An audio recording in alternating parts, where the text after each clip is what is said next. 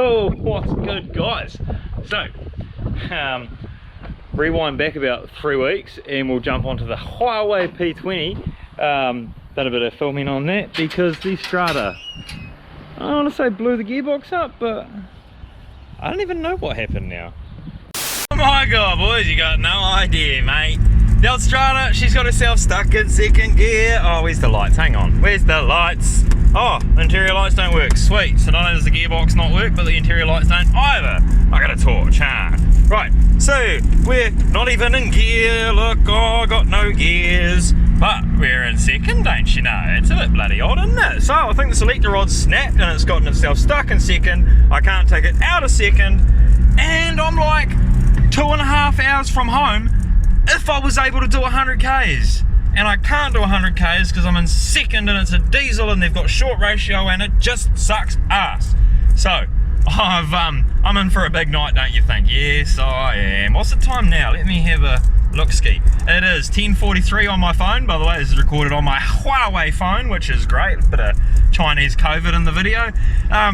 It's 20 to 11. I've just left and I'm on my way home, and I don't expect to be there till at least like 3 AM if I make it there at all, because, like, you know, she's going to be a bit hard on the old diesel, man. The old 4056 at whatever RPM I feel like doing at the time. It just, you know, depends how angry you get, really, whether you want to just sit at 3 or you want to sit at, yeah, go on boy, go on, yeah, no, we better not do that, eh? Oh, 60, that's pretty fast. So I'll come back with an update in about an hour. We'll see how far we've gotten. Oh, make it stop! I've had enough, fuck it! Go, yeah, can't, go! I'm just practicing my patience, eh? In with the bad, out with the good, you know? No, wait. Out with, no. Out, in with the good, out with the bad. Yeah, that one. In with the good, out with the bad. In with the good. Fuck it, Jesus Christ. Oh, she's a good 4056 this one, mate. She made it all the way home in second gear. Took, what is it? Left at like 11 o'clock, got home at like 4:30 or something. Oh my god, painful. But didn't even burn any oil. I've checked the oil since and the coolant, just to make sure I haven't cooked it or blown head gasket or something on the trip. You know, it was definitely like high revving and no load on the motor, so you can just imagine. Bang.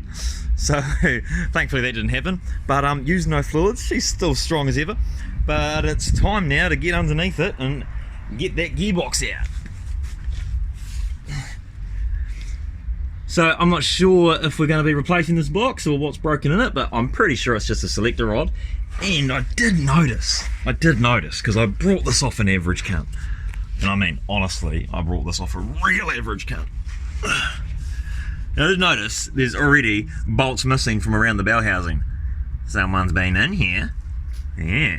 So whether this gearbox has actually been apart before, and I'm pretty sure like the first thing you've got to take, when you take a gearbox apart, the first thing you undo is like your selector rods and the roll pins that connect them together, or to other linkages and such.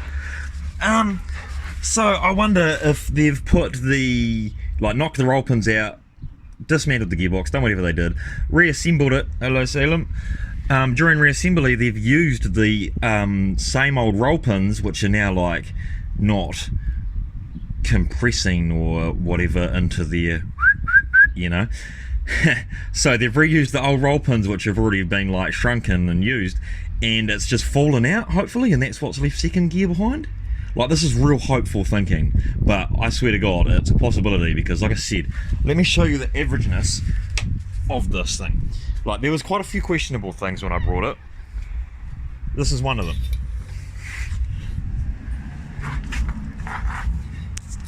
He tells me, oh yeah mate, we got new Pitman arms on there. Oh cool. 2 days after buying it, it's leaking mad amounts of power steering fluid. Oh, I wonder why.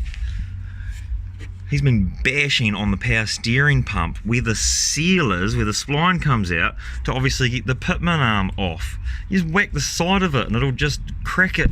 What are you doing, cat? You know, it's kind of like ball joints, like whack the side of the old, don't whack the side of the part that's attached to the vehicle that you're trying to keep your dinghy. So I imagine if I pulled the seal out and put a new seal in, it would still leak because he's out around it. Alright, I legit got the top bell housing bolts out, jumped underneath and thought, you know what, that's a pretty big inspection panel, I'll take that off and have a look-see. Took it off. Here's our selector rods going through the gear lever. That there selects onto the gear there. There must be second because it was slightly on it. It was like legit just stuck on the very end of it. So that whole, oh, just bloody choked on me gum. That whole time I was driving it the other night, bloody thrashing it in 50 k's for hours, well actually more like 40 k's for hours. It was legit only like on the last quarter or like third of the cog, like it was just ready to pop. Oh, second time I choked on me. It was legit ready to just pop out of gear, which would have been great because then I would have been able to select like third and fourth. I was actually suspecting like a roll pin, like one of those, like I said earlier, to have fallen out and let that the selector rod had left that behind, but no, that all seems fine. No pieces fell out, no chunks came out with the oil.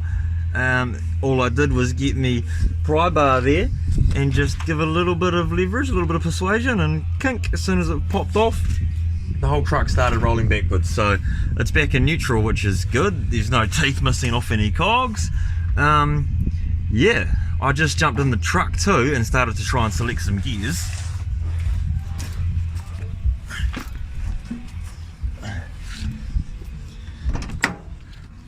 And there is obviously further underlying issues, but look, we can start it in neutral now, which is what I couldn't do the other night. So we're in neutral, perfect.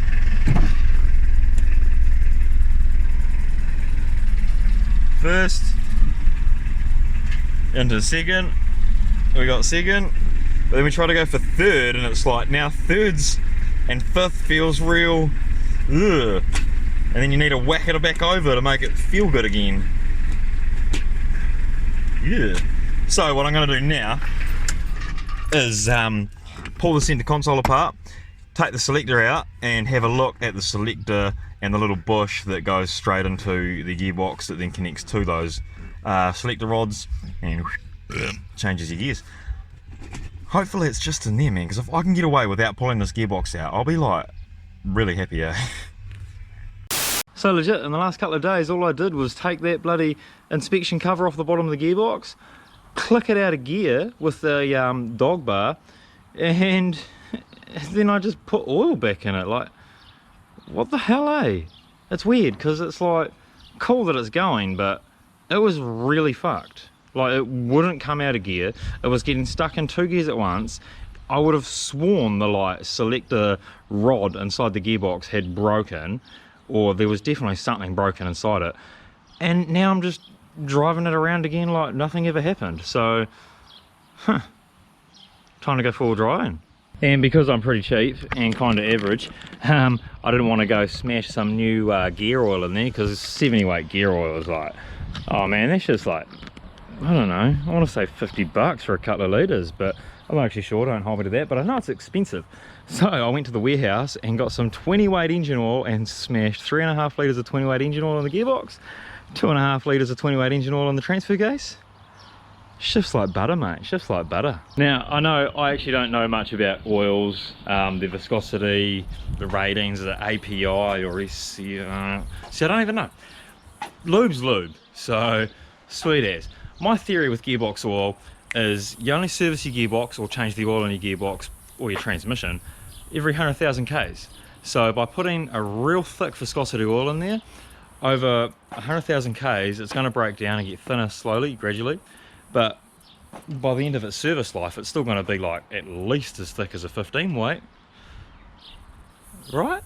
Yeah, right. Also, I know that 15 weight is like a heat rating maybe. And because gearboxes have no cooling, yeah, I guess the 70 weight can cope with the higher temperatures inside a gearbox because it's not regulated like an engine is. You know, the temperature of the engine's regulated to 100 degrees or 80 degrees, so the oil would be around that temperature, whereas in a gearbox, I don't know. See, that's a bit of a weird one, but seems to be running sweet. I've driven it now for a couple of days, and yeah, I mean, I'm changing gears quite nervously, but it seems to be running fine, so cool. Even through the old spotty bar off the Hilux up there, so that looks pretty sweet. Now, let's go for a walk around the front of the section where the Hilux used to be. Because I know, you're asking, where did it go? Where did it... Oh, it was right. Where's it gone?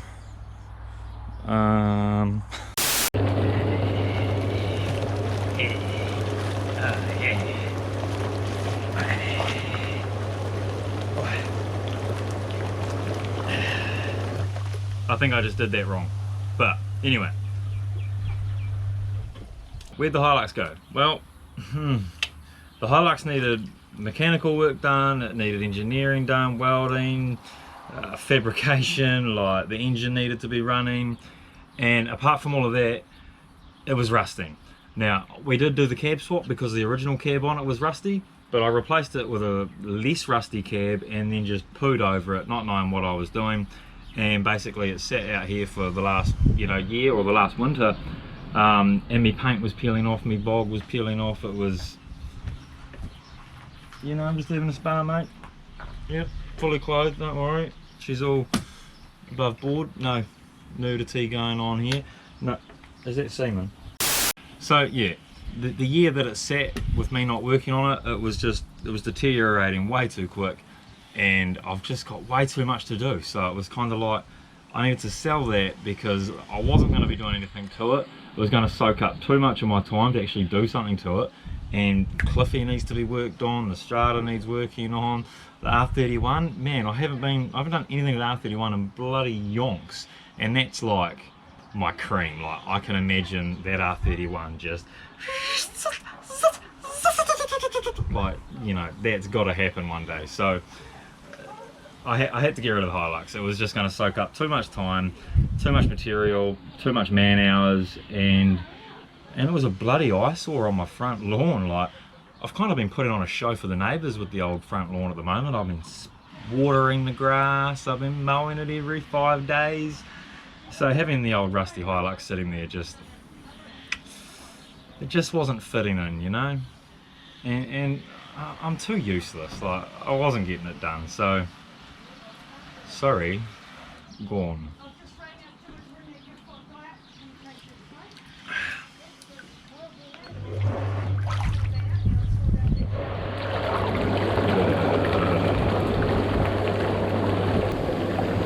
So I know my videos can get a little bit far in that between each other. And it's because I'm out, like, hustling spar pools for 24 spates, mate. Oh, what a baller, eh? This fucking thing's got levitation pods in it, bro. Oh, yeah. It's honestly only been like the last few mows that I've actually finally stopped running over just like rogue engine mounts and alternator brackets and all sorts of other crap. I got to a point where I just said, like, the Hilux was here, the Corolla was here for the Derby, but then COVID hit and no Derbies happened. The little Suzuki was there, the go-kart, as well as all my tyres and other rubbish. Oh, it just looked like a tip. And there's a point where you just get so much to do and you're like, nah, I'm not doing anything. And that's exactly where I got. Yeah, so aside from the fact that it was like rusting and falling apart just before my eyes while it was sitting there, it was legit. It was holding me up. It was giving me, it was bad aura, man, bad energy, bad vibes, bro, bad vibes. But I've still got the 4.8 diffs and front leaf springs. I've probably actually got like a full SAS conversion if someone's keen on that. So 400 bone, mate, for two 4.8s, front and rear, drum to drum. Yeah, 31, you ain't going nowhere, mate. You ain't going anywhere. These things, mate, tell you what, future classic right here. She hasn't had a wash, like starting to grow moss. Look, moss. moss. Yeah, it's definitely been parked for a while. It's set, but it's still on registration hold. It's not falling apart just yet, and mark my words, mate, future classic right here. Back in the days when I was like 15, which is actually quite a while ago now, I legit paid $360 and a VCR. Not even a Sony, mate, it was a TIAC VCR. For a R31 Jap spec RB20 DE red top with an auto in it. That's like 10 grand now. You know what I did with that R31 red top with an RB20 DE in it? Well, I blew it up on the Wellington motorway and took the plates off it and pushed it into the Hutt River. So this one being the Oz spec, it's not worth as much as the Japanese ones, but they're still definitely going up in value. They're, I would say, worth around 4 to 5 grand for a moderately tidy one that was, you know, reg hold. I would say this one's worth 4 to 5 grand. Put some seats in it, pump up the tyres, change the tyres, pump them up. They ain't holding there, mate. Tyres, seats, 5 grand. I'll give you a 3. Fuck you.